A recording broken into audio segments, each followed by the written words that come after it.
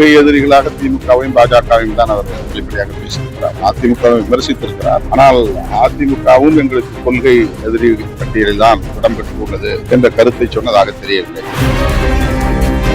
அதிமுக உண்டா இல்லையா என்று அவருடைய உரைகளில் புரிந்து கொள்ள முடியவில்லை.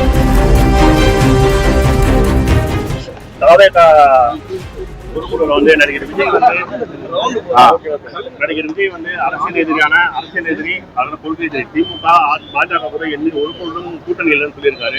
ஆனா இதற்கு முன்னாடி அவர் மேல இந்த குற்றச்சாட்டெல்லாம் அவர் வந்து பிஜேபியோட இதோட தான் செயல்படுற நிலையில இப்பொழுது அவங்க கூட கூட்டணி இல்லைன்னு முடிவு சொல்லியிருக்காரு. இது மட்டும் கருத்து.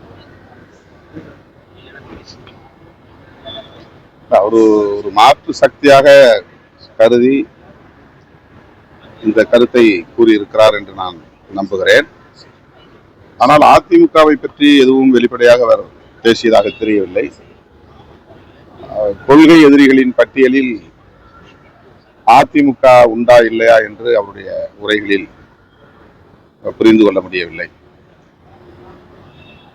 திமுக ஆளுங்கட்சி என்கிற முறையில் அதனை எதிர்ப்பது என்பது இயல்பான ஒன்று. எல்லோரும் ஆளுங்கட்சியை எதிர்த்துதான் அரசியல் செய்ய முடியும் என்கிற நிலையிலே எதிர்கட்சிகள் செயல்படுவது வாடிக்கையான ஒன்று. அந்த அடிப்படையிலே நடிகர் விஜய் அவர்களும் அந்த கருத்தை சொல்லியிருப்பது இயல்பான ஒன்றுதான். ஆனால் அதிமுகவை பற்றி எதுவும் சொல்லவில்லையே ஏன் என்கிற கேள்வி எழுது. அதிமுக பற்றி குறிப்பிட்டிருந்தாரு. நாங்க வந்து திமுக மாதிரியும் அதிமுக மாதிரியும் நேரடியாகவோ மறைமுகமாகவோ பாஜகவோட தொடர்பு வச்சுக்க மாட்டோம்னு சொல்லியிருக்காருல. அதிமுக எனக்கு குறிப்பிட்டதான் சார் சொல்லியிருந்தாரு.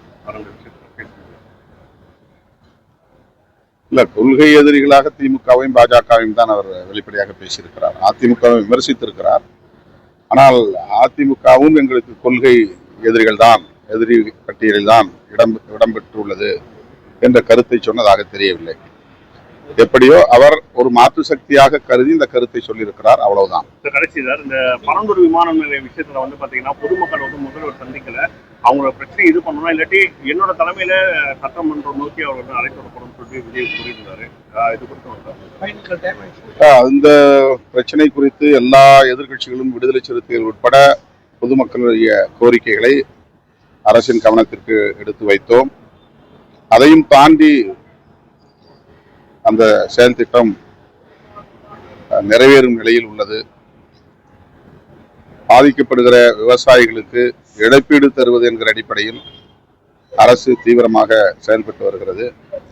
குறிப்பிட்ட சில கிராமங்களை சார்ந்த மக்கள் அந்த கிராமங்களை தவிர்த்துவிட்டு, குடியிருப்புகளை தவிர்த்துவிட்டு அருகே கிடக்கிற புறம்போக்கு இடங்களை அதற்கு பதிலாக எடுத்துக்கொள்ளலாம் என்ற கோரிக்கையை முன்வைத்தார்கள்.